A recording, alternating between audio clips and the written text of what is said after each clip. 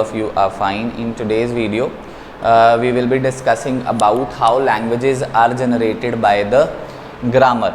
So it means the grammar rules will be given to us. From that we have to find the patterns of a language, and then we will see whether they are belonging to a particular language or not, and what kind of language they are generating. First thing is, you can be given a grammar like this. S 0, 1 are the input symbols, and production rule is S is generating 0, S1 / null, and S is actually the starting symbol. So this is first question which is given to us. We have to basically check whether this S is having certain kind of language, and we have to find that language. So clearly your rule is S is generating 0, S1 / null. Important note, guys, whenever you see minimum possible string in a rule,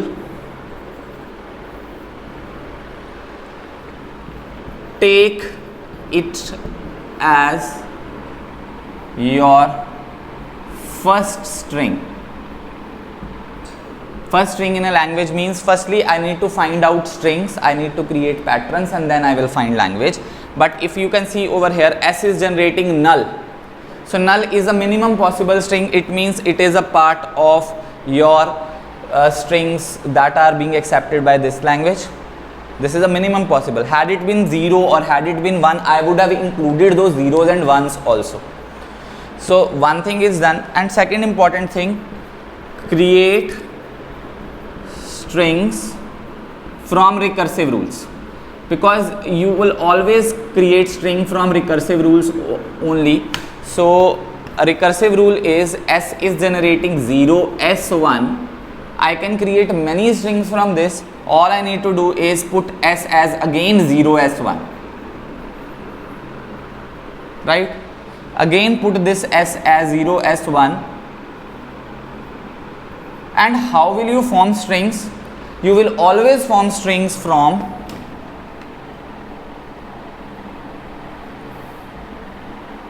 your terminating rule. What is your terminating rule? Your S value is given as null. If you substitute it over here, if you put null value over here, you will get 0, null, 1. Anything concatenated with null is anything. It means it will give us 0, 1, right? You can put null over here, so you will get 00, null, 11. Then you have got null over here, you will get 000, null, 111.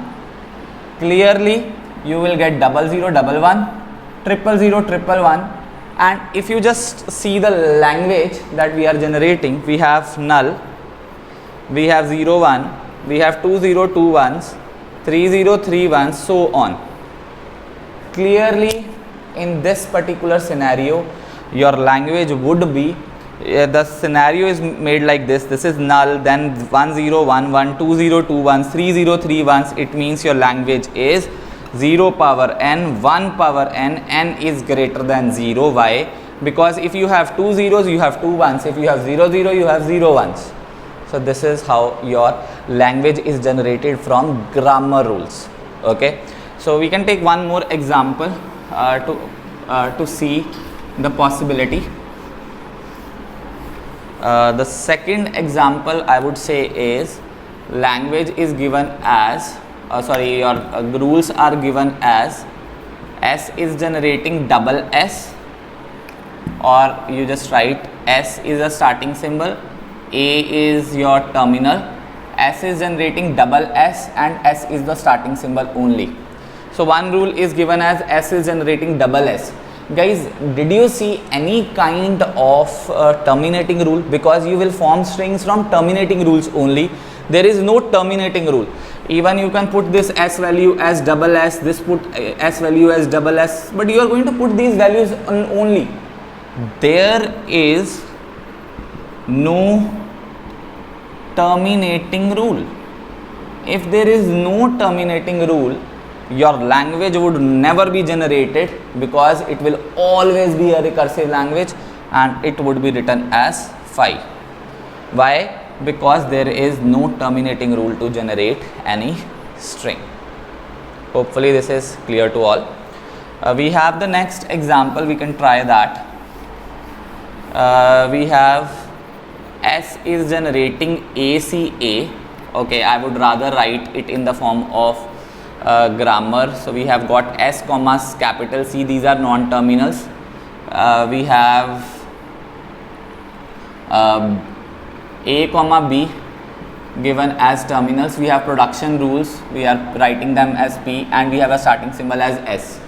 So we have got S is generating ACA, that is only rule for this S, and C is generating B as well as ACA.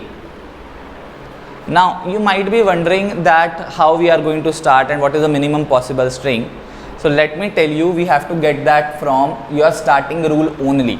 Your starting rule is giving as ACA, this is your starting rule. So even if I have to form strings, I have to form from starting rule only.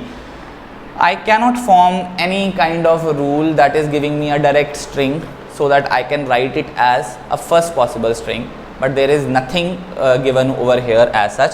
But yes, C value, I can form various recursions to get all the string patterns.